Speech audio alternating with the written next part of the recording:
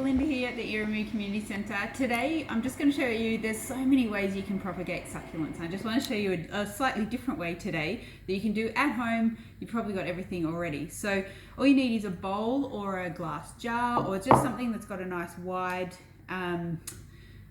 opening at the top. What we're going to do is fill the bottom with some water. So you want a decent amount, probably about a third of the height, so we don't want all of this water to disappear while we're propagating our succulents. Then we're going to cover it with a piece of Glad wrap, and we want to make this nice and tight.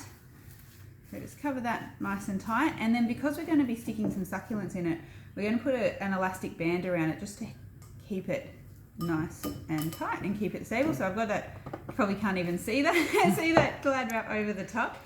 And now what we're going to do really carefully is make just some small incisions in the Glad wrap. Now I've got here from the garden a bunch of succulent leaves. Now when we're breaking these off, we want to make sure that we don't actually snap the leaf. So we want to make sure we get right to the end, and you'll actually be able to see this one.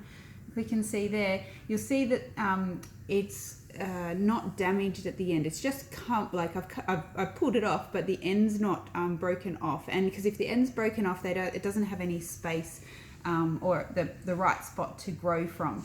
So what we're going to be doing with all of these, I've got a few different ones. There's all sorts of different shapes here, little ones, big ones.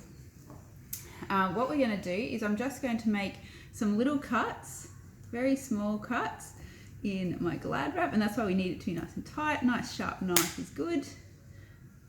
I'm going to just make a couple there.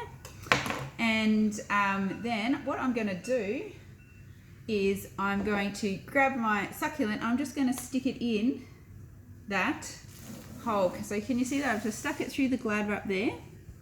And let it sit there. So I'll grab another one like that. So they're gonna, if they're bigger leaves, they're gonna sit down.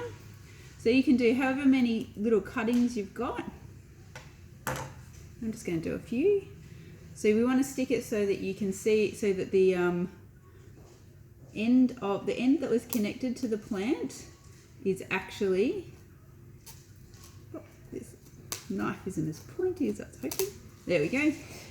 The end that was actually attached to the plant is what is through the plastic there.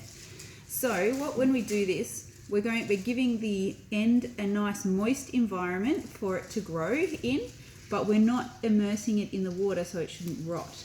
So after a few weeks, so you just pop this in a sunny spot on the windowsill maybe. Try not to get too much direct sunlight, maybe just a bit of morning light.